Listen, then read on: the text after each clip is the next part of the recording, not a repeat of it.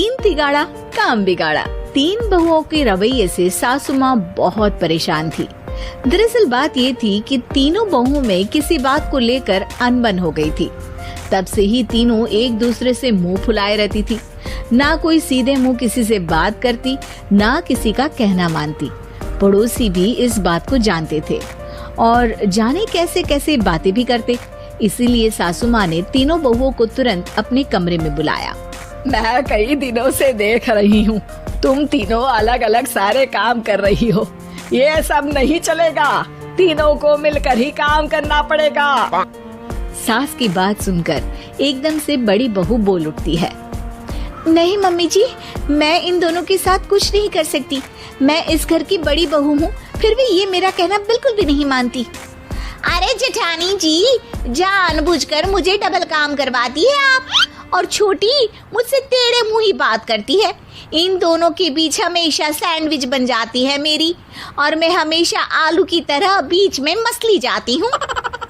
Mummy जी, इन दोनों को लगता है कि मैं छोटी हूँ तो इनके पैरों तले दब जाऊंगी, लेकिन नहीं, मेरा भी उतना ही अधिकार है जितना इन दोनों का है।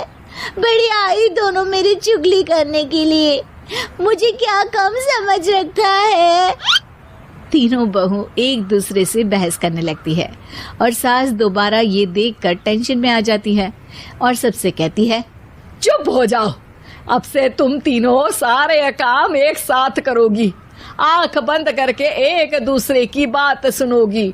तुम तीनों इस बात को गांठ बांध लो, वरना अगली छुट्टियों में तुम्हारा अपना मायके जाना कैंसिल। सास की बातें सुनकर डर के मारे तीनों हामी भर देती हैं। जी मम्मी जी, मैं समझ गई। हाँ मम्मी जी, जैसा आप कहें। आप जो कहेंगी मैं वही करूंगी। तीनों बहू सास की बात को गांठ बांध लेती है और वादा करती है कि अब से सारे काम वो तीनों एक साथ मिलकर ही करेंगी। ये सब देखकर सास खुश हो जाती है और वहाँ से चली जाती है। नीचे जाकर वो देखती है कि घर में शर्मा जी आए हुए होते हैं। सास जोर से आवाज लगाकर कहती है, अरे बहू, जरा चाय बनाकर तो लाना, शर्मा जी आए हैं। सास की बात सुनकर तीनों बहू तुरंत किचन की ओर भागती है और चाय बनाना शुरू कर देती है। मुझे तो एकदम मसाले वाली कड़क चाय पसंद है, तो हम शर्मा जी के लिए मसाले वाली चाय ही बनाएंगे। अरे नहीं दीदी, गर्मी के मौसम में मसाला चाय कौन पीता है? मैं तो शर्मा जी के लिए इलायची वाली चाय ही बनाऊंगी।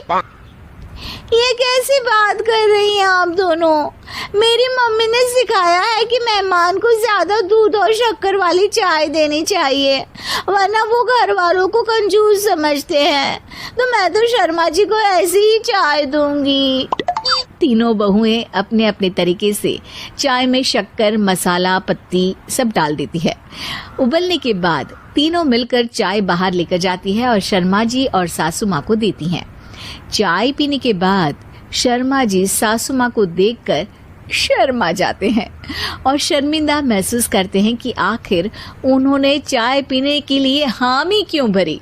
सासू माँ भी चाय पीना शुरू करती है और कहती हैं, अरे बहू, ये कैसी चाय बनाई है? चाय है या मीठे दूध की बासुंदी? हाँ, चाय अच्छी नहीं लगी क्या? कोई बात नहीं, हम पराठा बनाकर लाते हैं। चलो चलो अंदर। हाँ चलो। हाँ, आती हूँ मैं भी। नहीं, मेरा पेट चाय ने ही चौपट कर दिया, वही काफी है। पराठे से पोपट नहीं करवाना, मैं तो चलता हूँ। शर्मा जी चुपचाप पतली गली से निकल जाते हैं। अगले दिन सास बहुओं से कहती है, अरे बहू, जाओ जाके ऊपर के गेस्ट हाउस की सफाई कर दो। कल हमारे यहाँ मेरे दूर के रिश्तेदार आने वाले हैं, तो पूरे कमरे को चमका देना, समझी? तीनों बहू सास की बात को मानकर ऊपर सफाई करने चली जाती हैं और तीनों कमरे की सफाई चालू कर देती है। बड़ी बहू मकड़ी के जाले साफ करती है, तो बीच वाली झाड़ू लगाना और छोटी वाली सर्फ डालकर जमीन धोना शुरू कर देती है। अरे दीदी, जेठानी जी, अभी मैंने पूरी फर्श धोई और आप फिर से धूल नीचे गिरा रही हैं। और मछली जेठानी जी, आप बिना झाड़ू की धूल यहाँ छटक रही हैं। अरे तीनों को साफ करना है, एक साथ सफाई करते हैं ना। अरे वही तो, हम साथ साथ हैं, घर साफ साफ है। तीनों बहू ऐसे ही काम में उलझ जाती है और 2 घंटे तक एक ही कमरे की सफाई करती रहती है। बहुत देर से अपनी बहुओं को ना देखने के कारण सास ऊपर कमरे में उन्हें देखने जाती है, लेकिन कमरे में घुसती ही वो गीली फर्श पर फिसलने के कारण नीचे गिर जाती है। ओरी मोरी मैया, हड्डी मरोड़ के रख दी। आए मेरी तो कमर ही टूट गई रे। तीनों बहुएं सास को उठाती हैं और बिस्तर पर सुला देती है। अरे मेरे हाथ पैर दर्द कर रहे हैं, दबा दो, आराम मिलेगा। हाँ जी माँ जी। अरे जी माँ जी माँ जी। और तीनों बहुएं एक साथ सास के हाथ को दबाना शुरू कर देती हैं। माँ की तो चीख ही निकल जाती है और नतीजा ये होता है कि सास के बचे हुए शरीर में भी दर्द उठ जाता है। हाय राम, ये क्या कर दिया तुम तीनों ने। अरे मेरी तो किस्मत ही फूटी है कि तुम जैसी बहुएं मुझे मिली। हे भगवान, पूरे शरीर में दर्द बढ़ गया है। अब तो पता नहीं कि चल भी पाऊंगी या नहीं। माफ करो, मुझे गलती हो गई मुझसे कि तुम तीनों को एक साथ काम करने के लिए बोला।